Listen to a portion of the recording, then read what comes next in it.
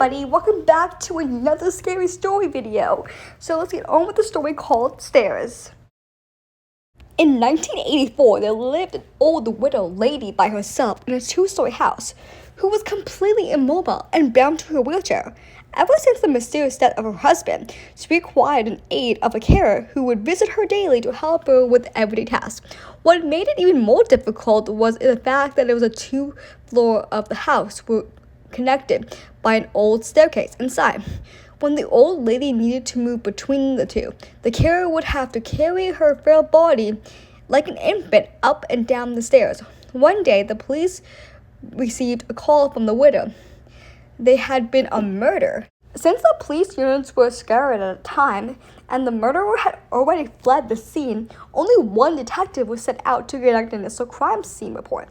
He arrived to see the carer's body slide on the floor with her vocal cords ripped out in a pool of blood on the first level of the house, with the old lady on top of the staircase in her wheelchair, watching him, still and silently. Seemingly in shock, he could immediately rule her out as a suspect due to her inability to move up and down the stairs, and because she was strapped up there at the time the murder took place. It was similar to the death of her husband many years ago, who was suffocated in his sleep on the couch downstairs. The detective put on his gloves, took photos, swabs for evidence, and covered the body until the coroner arrived later. All routine business.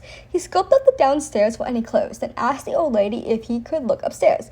She insisted that she was upstairs the whole time and no one apart from her had been up there that day. But regardless, the detective ascended the staircase, to which she hesitated and moved aside. Beyond the staircase, there was a narrow corridor with 3 doors along it.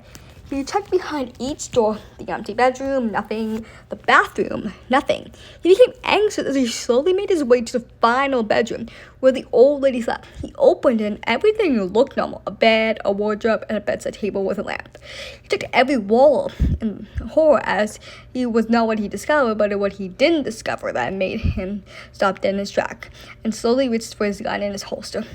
It was a detail so minor that they had completely overlooked in the last investigation of the husband's death. There was no phone upstairs. Suddenly, he heard a noise as he withdrew his gun and rushed out of the room to only find an empty wheelchair on top of the stairs. Wow, that was quite a twist in the story at the end. I gotta say, that was one of the scariest stories I ever read. Well, I'll see you guys in my next video. Bye!